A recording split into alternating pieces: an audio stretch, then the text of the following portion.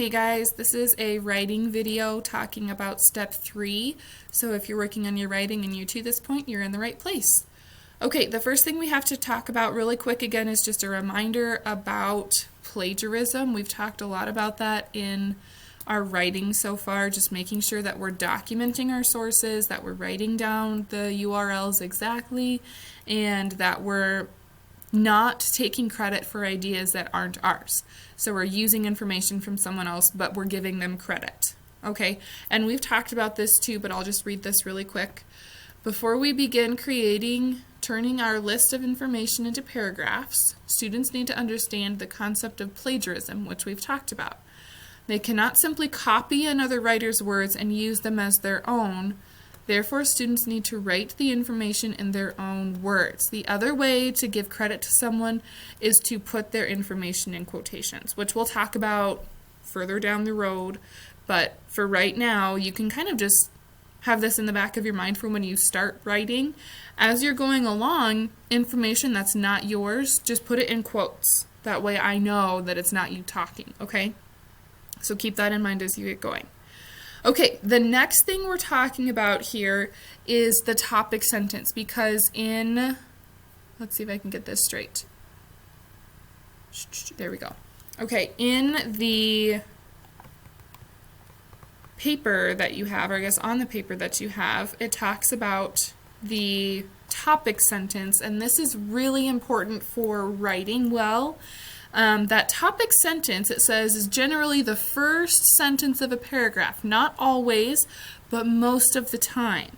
And we actually did a little bit of work with topic sentences way back at the beginning of the year. So go back into your writing notebooks and find where we talked about topic sentences.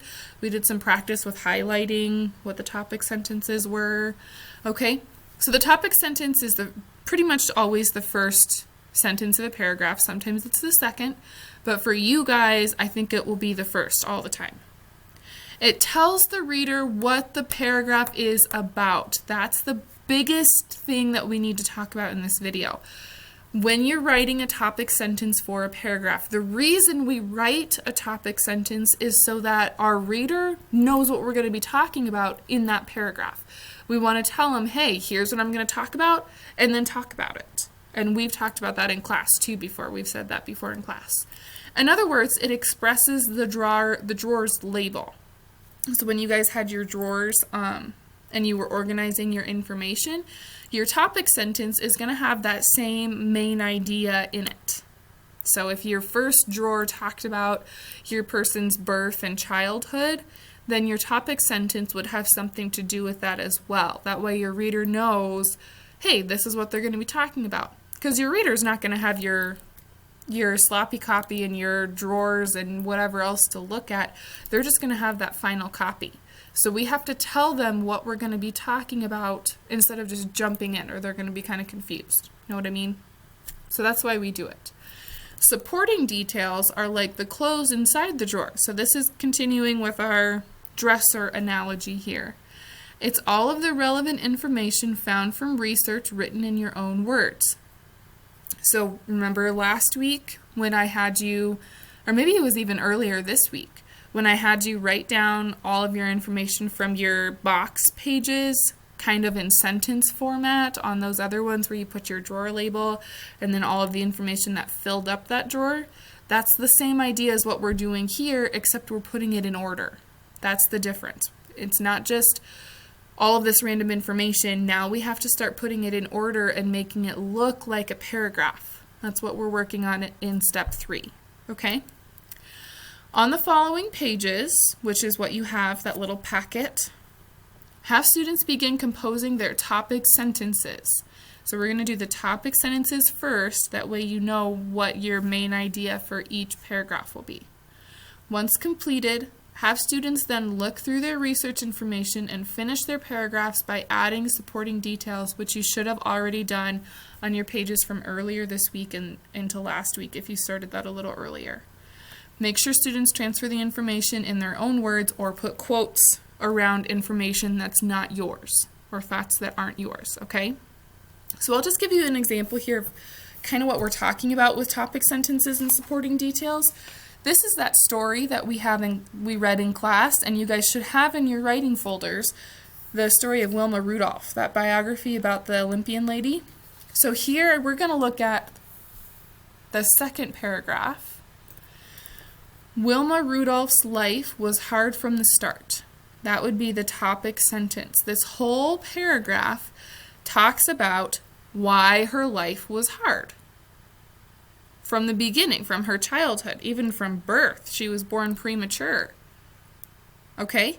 So the topic sentence should have something to do with the rest of your paragraph. In fact, it should tell the reader, here's what you're going to be reading about in this paragraph.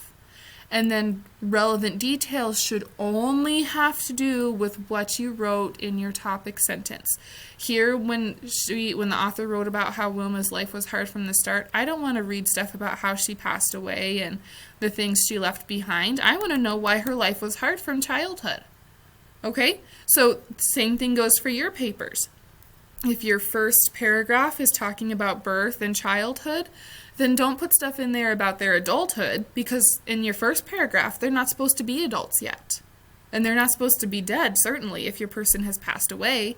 And if they haven't passed away, they shouldn't be, you shouldn't jump from birth to what they're doing now right away. That's too fast. We have to tell our reader more information, and that's where these paragraphs come into play. Okay, let's look at another example.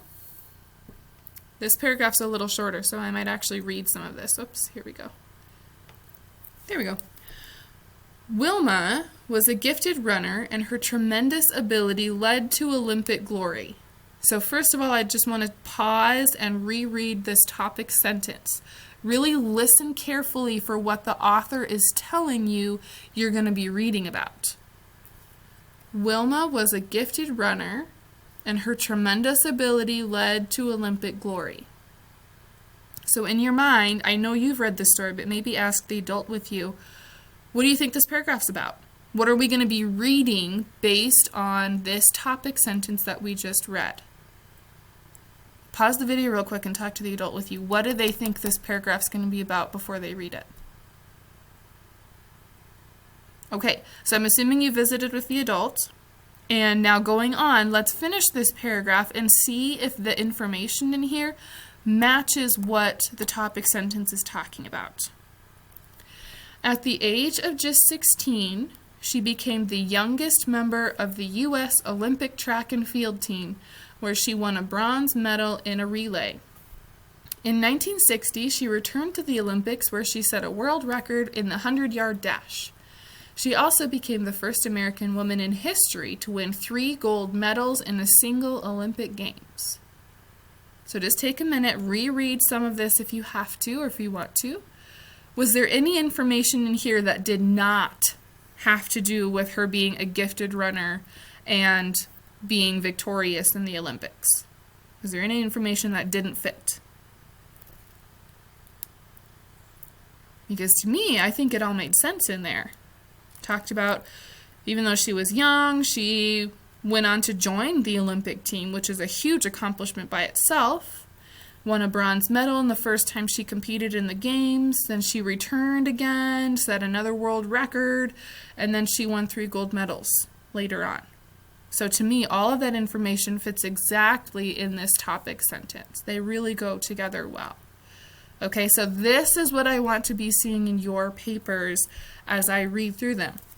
Do you tell me what you're going to talk about and then talk about it? Or do you tell me what you're going to talk about and then talk about something else?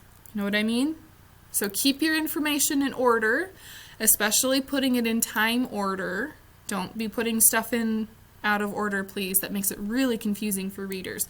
Make sure that you have, birth and adulthood and death, or what they're doing now.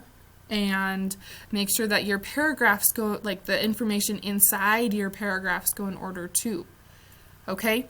As always, you guys have my email. Your parents can get a hold of me if you guys have questions, but let me know if you get stuck on this, and we'll be talking about your writing and stuff as we go along, okay? I'll see you guys later.